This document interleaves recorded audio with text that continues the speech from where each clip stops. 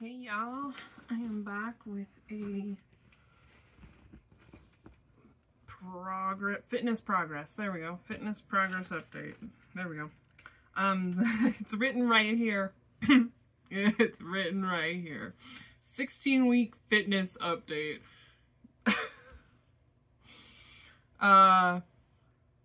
This was a month of imperfect action. And honestly, it should be 18 weeks, but 2 weeks were imperfect and I didn't count them. I refused to count them. They weren't good enough. They were weeks that were not, they just weren't good enough. They weren't good enough to be counted.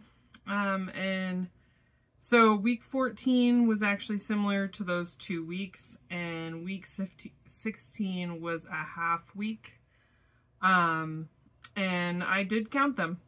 And now I'm thinking back to those weeks that I didn't count, and I'm like, why didn't I count them? And I've talked a little bit about this in one of my fitness vlogs, but like, I didn't value them. I didn't see them. I didn't see the work I did as valuable. And now I'm like over here going, it was valuable. Wow, I was so blind how valuable it was. And now my perspective is shifting little by little. And I gotta stop judging, you know, week 8 Ariel for not having the same perspective as several months later. So, I would like to just say that the work I did counts, and it counts for a lot. If you are in a similar situation and you're undervaluing yourself, the work you're doing counts.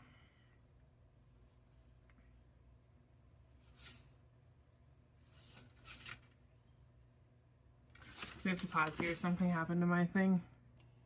Okay, my notes were missing from that page. I wonder if I just didn't save them before I printed. I don't know, that was really weird, but I got them now. So we're gonna look at my pictures, but first, real quick, just like, I've talked about this in my other vlogs, or my other updates. I am having a hard time. Like, it was the same with the measurements. It's been the same with my weight, everything. I am having a hard time getting the same angles for pictures. So, I am doing my best. And no matter how hard we try to, like, sit in the same way, I don't know, it's just coming out a little slightly off every time. And, so, I did my best. Some of these look a little different, but I do take 2 sets of photos, and I've talked about this before, one with more clothes on, one with more clothes off, and each time I see differences in both that help me form the bigger picture. Looking at the bigger picture. Okay. So, pics. The side picture, my boobs are smaller, my belly is smaller. There's a deeper arch in my back. And my butt is definitely growing. You just can't see it super well in pictures. But in person, you can see it is growing. I am getting a big old behind. I can't thank my dad for much, but I can thank him for my butt. Back pictures, the upper back is where the changes happen the most this month. I lost fat and gained a ton of definition in my upper back. The front pictures, I have smaller boobs and belly, even more definition in the arms and upper body, and most of my gains this month were in the upper body. So that's the pictures I'm going to allow you to see, but like, these notes are based off of both pictures, just so you know. And then something that happened this month that I've noticed that is my body changing. My boobs are really uneven. Like, really uneven. I pointed it out to my husband and he was like, I didn't realize it was that bad, but now that you pointed it out, like, yeah, I can see a pretty big difference. And I'm like, yeah. So, eventually, I'll learn to accept it, and eventually they will even out a little bit more, but as most women know, our boobs are not the same size. So, if you're a man watching this and you're mad that I'm talking about this, I just stay mad, dude. Stay mad.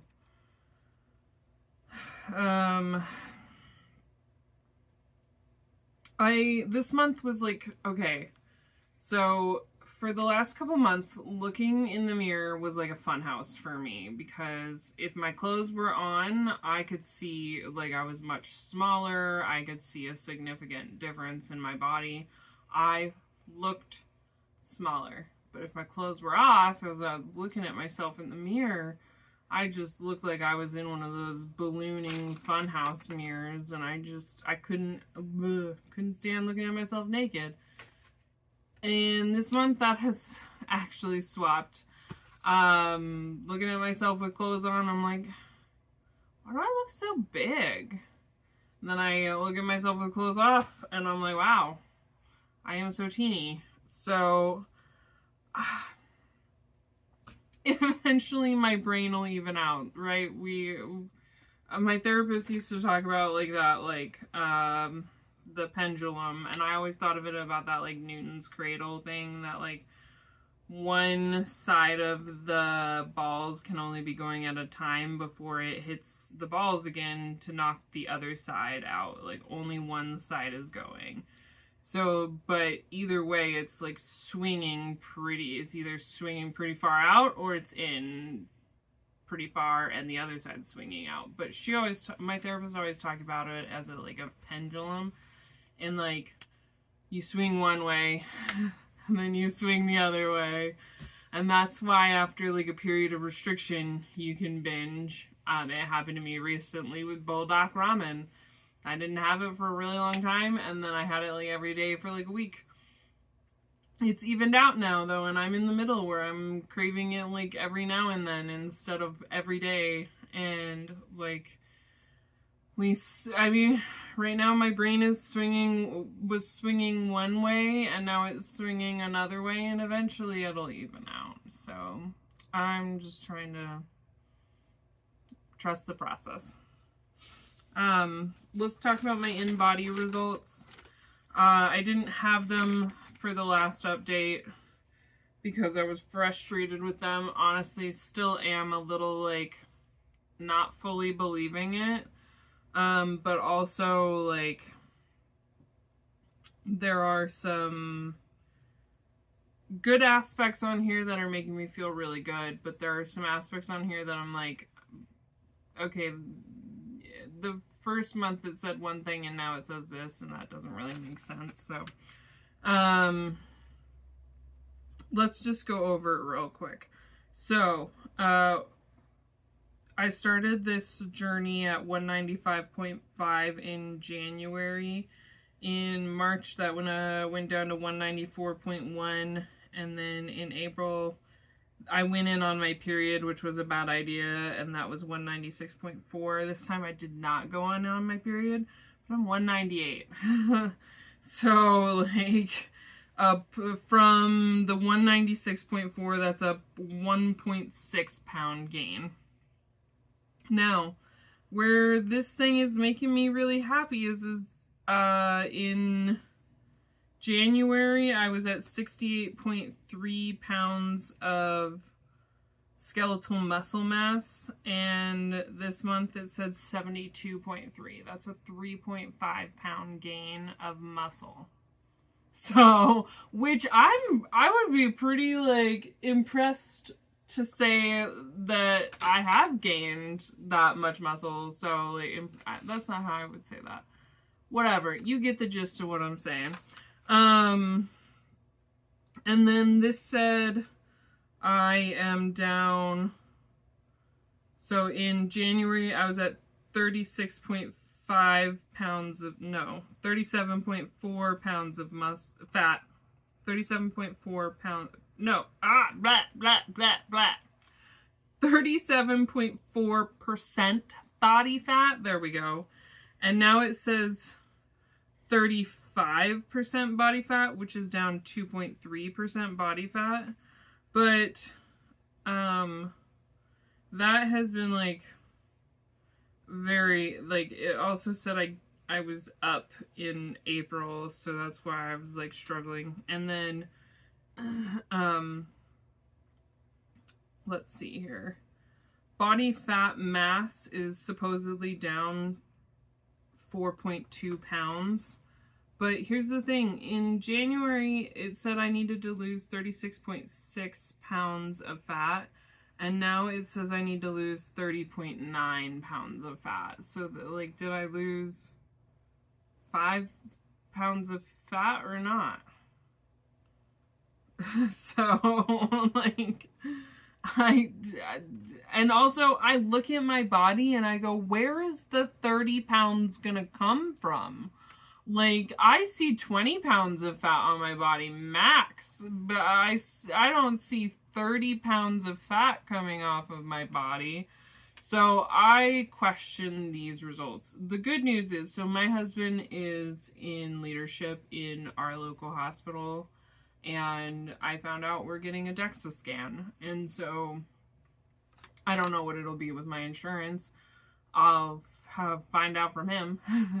And then I'll think about doing it probably twice a year.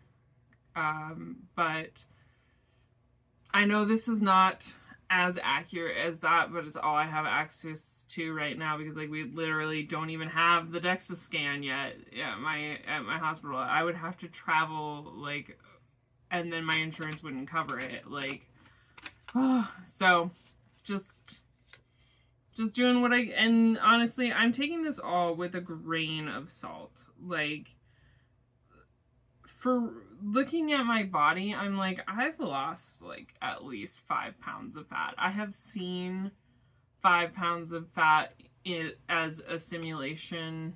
Like, you see, they have them in like nutrition classes and stuff, but they're like 5 pounds of fat that you can hold, and like, it looks like a fat mass. It weighs 5 pounds. It's what 5 pounds of fat looks like. And I have easily lost that off of my body since January. So I am taking this with a grain of salt. It did say my water went up from 89.5 in January to 94.1, like a 5 pound gains of water. The guy at the thing just happened to talk about how estrogen holds water, and so like women tend to hold water weight more. But then I went on Google and was like, does going on birth control change your water weight? And they said, yeah, in the first 2 to 3 months your water weight can go up significantly because your estrogen is changing. And I went on birth control 2 months before. I was on it for the 2nd month during this 4-week set, and now I'm on it for the 3rd month. So I'm curious. My oldest wants to go do this, so I plan to get it done again and then go again in another like 2 to 3 weeks, just out of curiosity. I'm just curious how much it changes during those times, because there's some pretty significant changes in numbers, like a gain of almost 2 pounds of muscle on my core, which my back is looking amazing, so I could see that, and like my stomach is shrinking, and I have been doing deep core work, so I could really see that. And a loss of 2 pounds of fat on my core, which I could definitely see, but I could also see 3 pounds easily. So yeah, like, and it said my left leg gained over 1 pound of muscle, which that's crazy. So, yeah, like I said, taking this with a grain of salt, because a lot of the numbers are a little bit different. Like the lean body mass said it went from 122.4 in January to 128.8. So like pretty varied numbers here. So what were my stats? I forgot to check them on the last day of the 4th week, and it messed everything up on my watch. So I don't have all my stats this time. I just have stats that I could do from the math that I had available, and then one of them I actually forgot to just grab the numbers, so I don't even have it. So, but average steps per day was pretty low. It was 10,677. That was the lowest of the month so far. In 4 weeks, we were at 12,000, 8 weeks, 12,000, and 12 weeks, 13,000. Oh, whoops, that's 12 weeks. Oh, 8 weeks. Yeah, there we go. Okay. So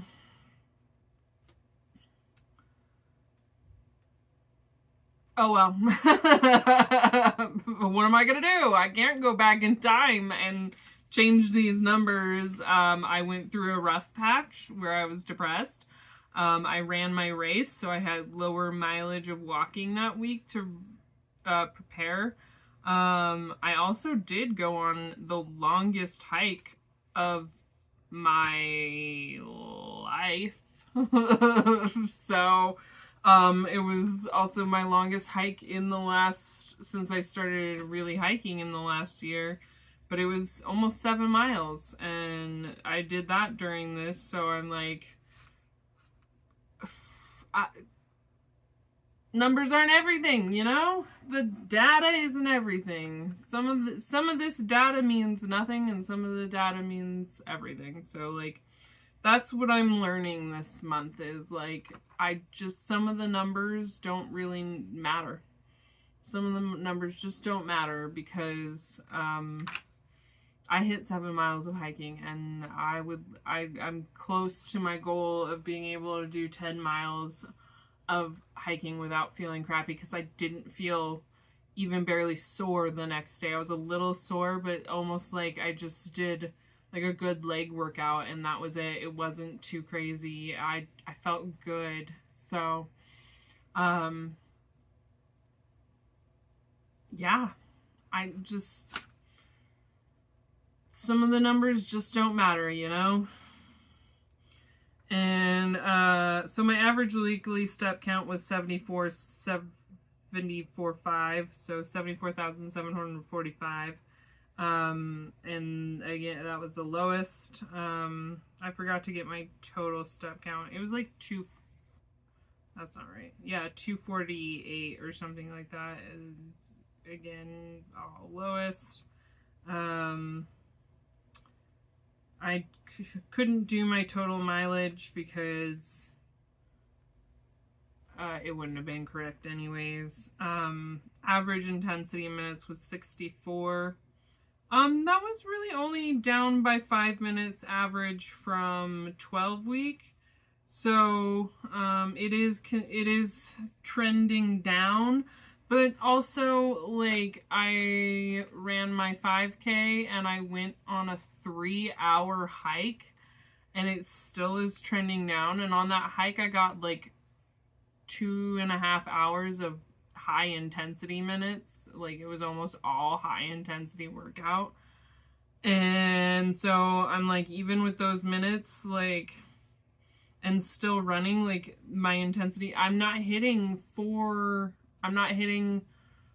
zone 4 lately because I haven't been running outside. And so my intensity minutes are just lower. And also I just feel like my heart is getting stronger. I just truly feel that. And I forgot to get my resting heart rate, so I don't have that for you. But some highs were, I ran my 5K race. I got 452 out of 733.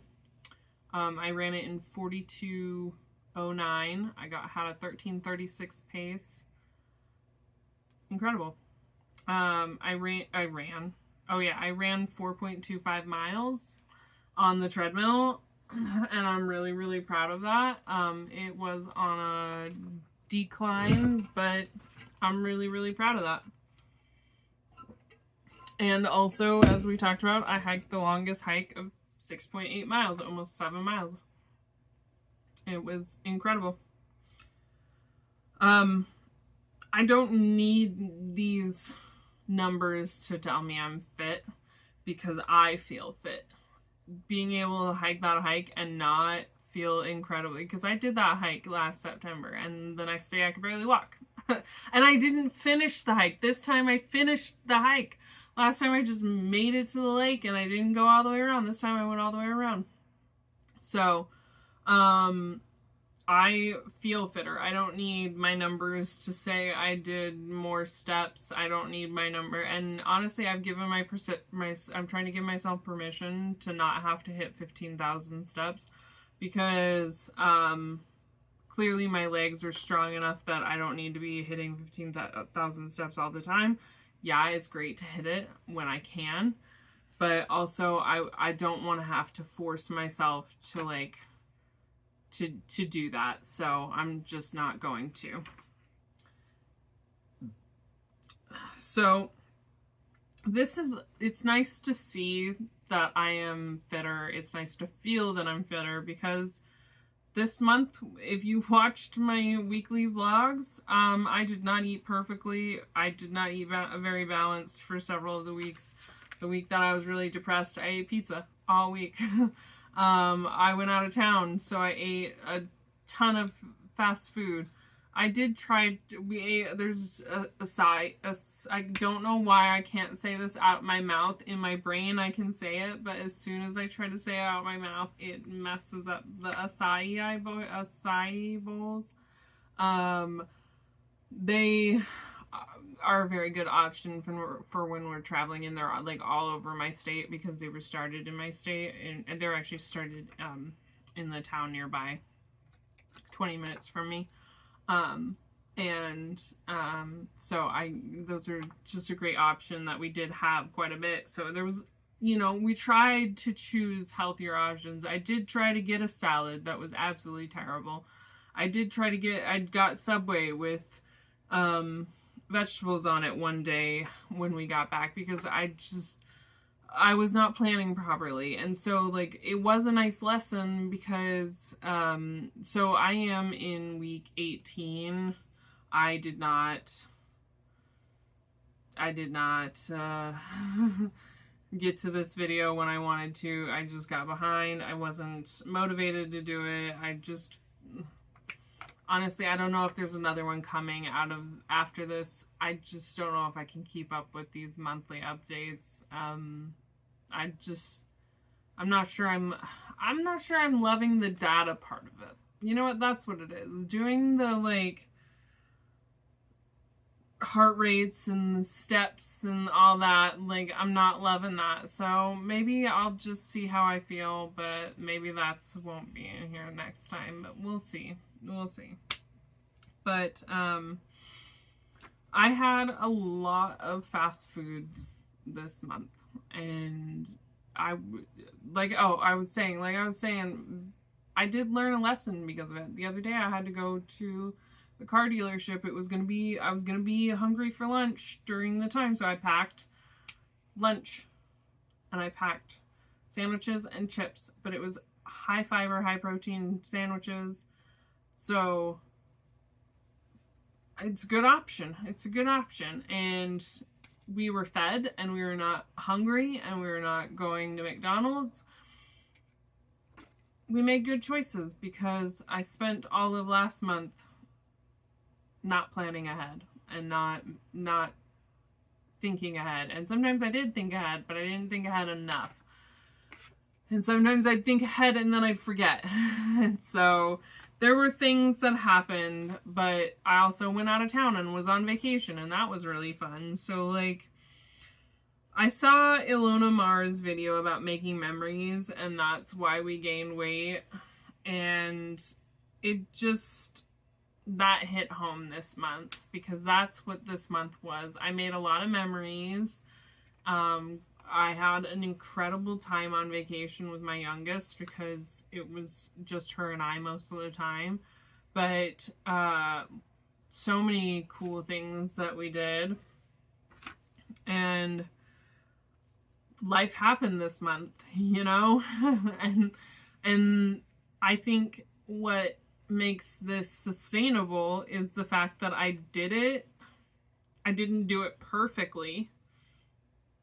Excuse me, like I said, imperfect action, but I took action all month. I did something almost every day to try and hit some kind of goals, whether it was steps or eating fiber and protein or just feeding myself, just making sure that I was not starving myself, because I know a lot of people, I have seen a lot of comments about how people would rather starve than eat like McDonald's or whatever, but I did do that for years and I almost got diabetes because of it.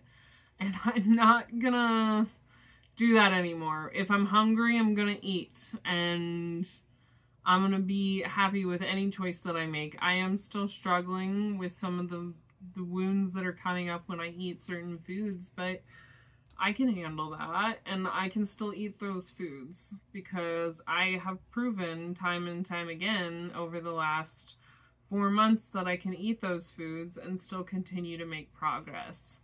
So, I am proud of this month. I'm proud that I didn't go hungry. I'm proud that every 2 hours when I got hungry, I ate, even if it was fast food. I'm proud that I didn't starve myself. I'm proud that I had enough hunger cues that I was hungry every 2 hours instead of starving for half the day without even noticing. I'm so proud of those things. I'm proud of those things. So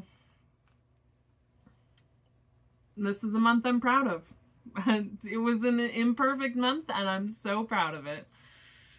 I did lose my 111-day streak, which I think is ironic for many reasons, but I am fine with that. At first, it was like, oh no, I lost an 11. Whatever, dude. Whatever. Once again, the data should not control my life. This number here should not affect the functioning of my life, right? So, I started over again, and then after 18 days, I lost it again.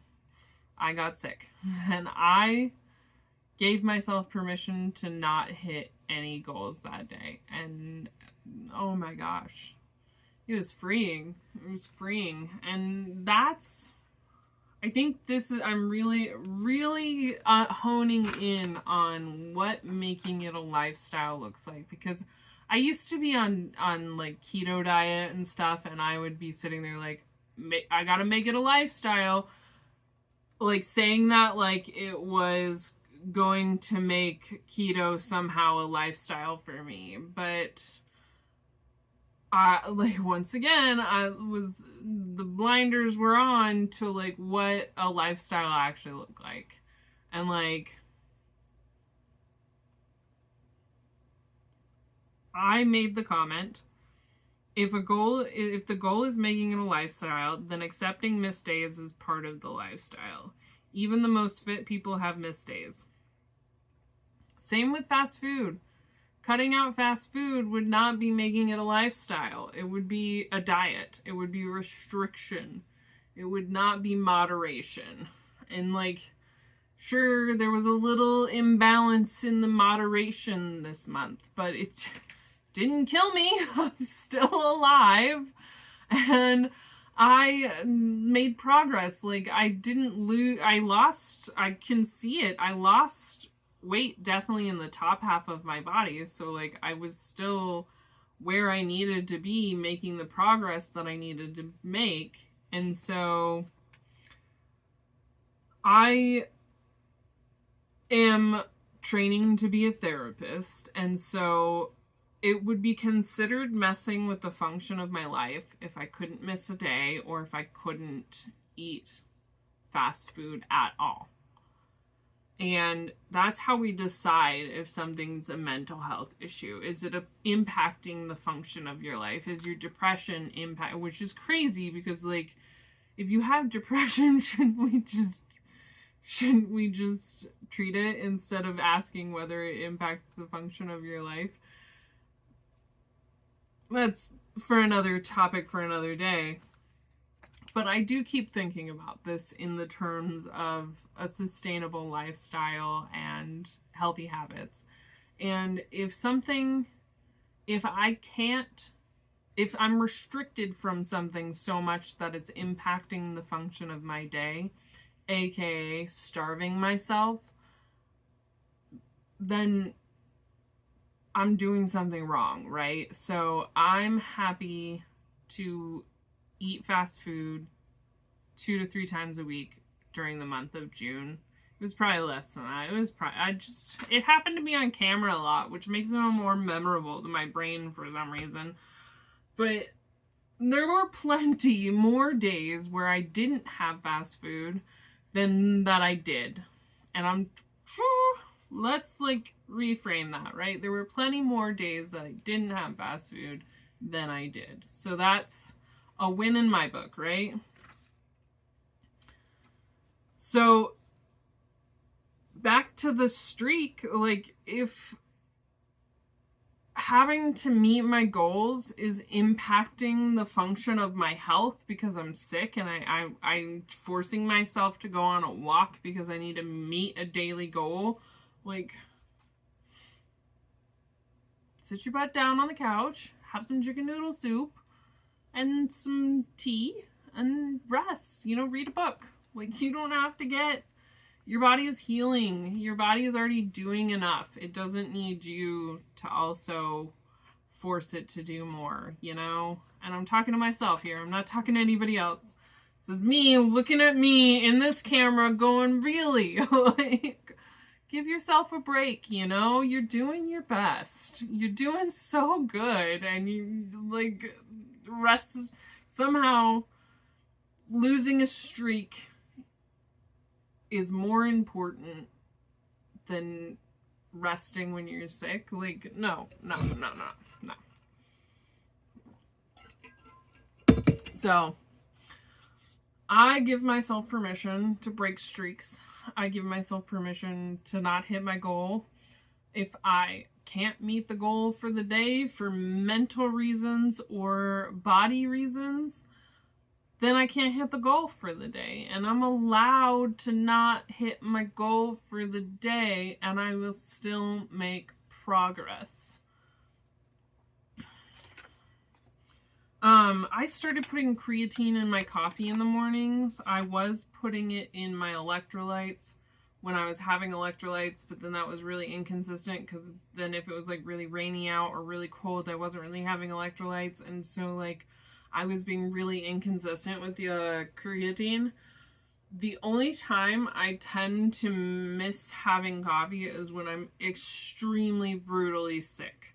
And so that will be the only time I would miss having creatine if it worked out in my coffee, right? So it's been great. I've been making it work. It's every morning I've had it for probably 3 or 4 weeks now.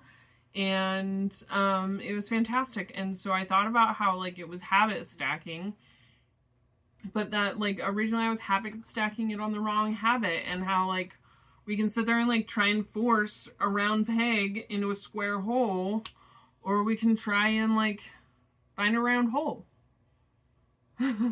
So I switched it up, and I have been questioning my routines and stuff, and I'm are they all working? Is there any friction anywhere? Is there anywhere that is having troubles? And everything else seems to be working other than staying consistent at the running right now. And I think that's just because I just sort of got out of the routine, and hiking has taken precedent on Saturdays because my daughter's out of school right now, and so doing it on Saturdays so then I don't have a long run day, and like, it is what it is. I'll get back to it. It'll all work out, and like, things will be the way they're supposed to be. So I did 0 tracking for these 4 weeks. No estimating how much fiber, no estimating how much protein, nothing. The only thing I tracked are my exercises on my Garmin and my workout app that like tracks my weights and what workouts I do and my reps and everything. There was no check boxes. There were no, I did not, like, there are days where occasionally I'll start to estimate how much like protein or fiber I've eaten in the day, and then I like, if I catch myself doing that, I'm like, you don't need to do that. Just like, that's an old habit that you no longer need.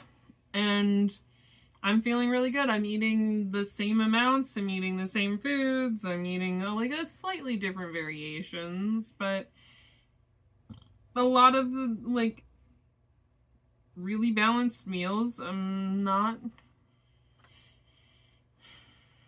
concerned. So it feels really good not to have to like calculate how much fiber or protein is in something. I'm just moving my body and eating food. So what's next? Same thing I say every time. I'm going to continue the habits and routine that I've built over the last 16 weeks. And as we've talked about, this is what it means to be building a lifestyle. I have built this routine into my life that just works. And it works pretty well. And there's, you know, some tweaks that could happen that could maybe eventually make it better. And I'm making those tweaks a little bit over time. Little by little, consistency is once again the answer. And it's crazy because I've seen it time over time in my life. I consistently went to therapy, and I consistently came home and did the homework that my therapist gave me, although she always called it an invitation. I did that for 2 years, and then I figured out how to listen to my body and have conversations with it and ask it what it needs.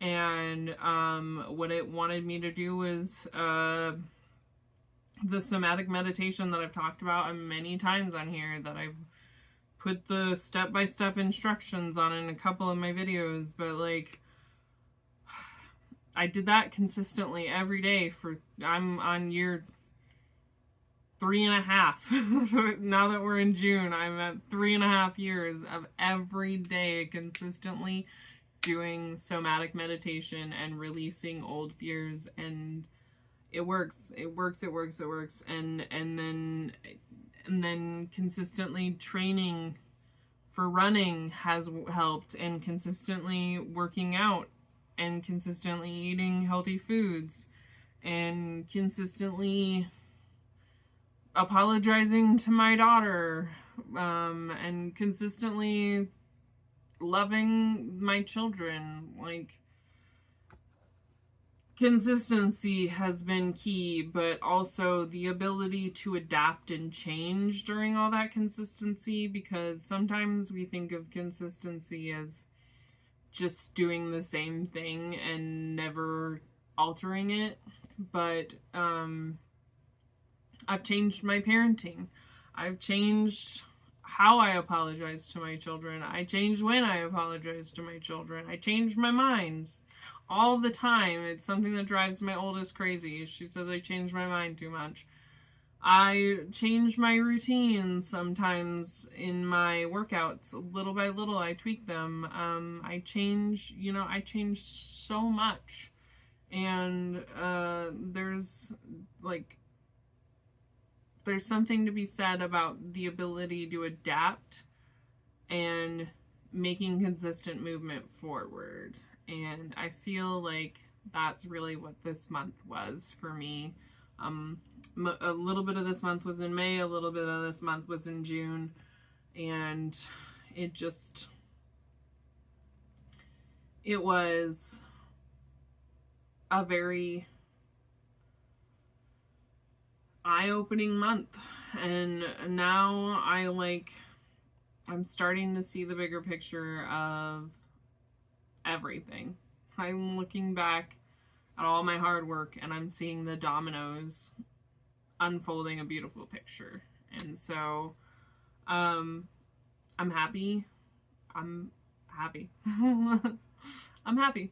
I'm happy with where I'm at. I'm happy with where I'm going, and I'm happy to continue to make the changes that I need to tweak what I need to continue to move forward. So let's see where the next 4 weeks take us. I'm already technically a week and a half into the next 4 weeks. But I think this month, these next 2.5 weeks are really gonna see some movement forward, and I'm just gonna see more of the big picture, you know? So I'm gonna leave it here. As always, remember to be kind to yourself.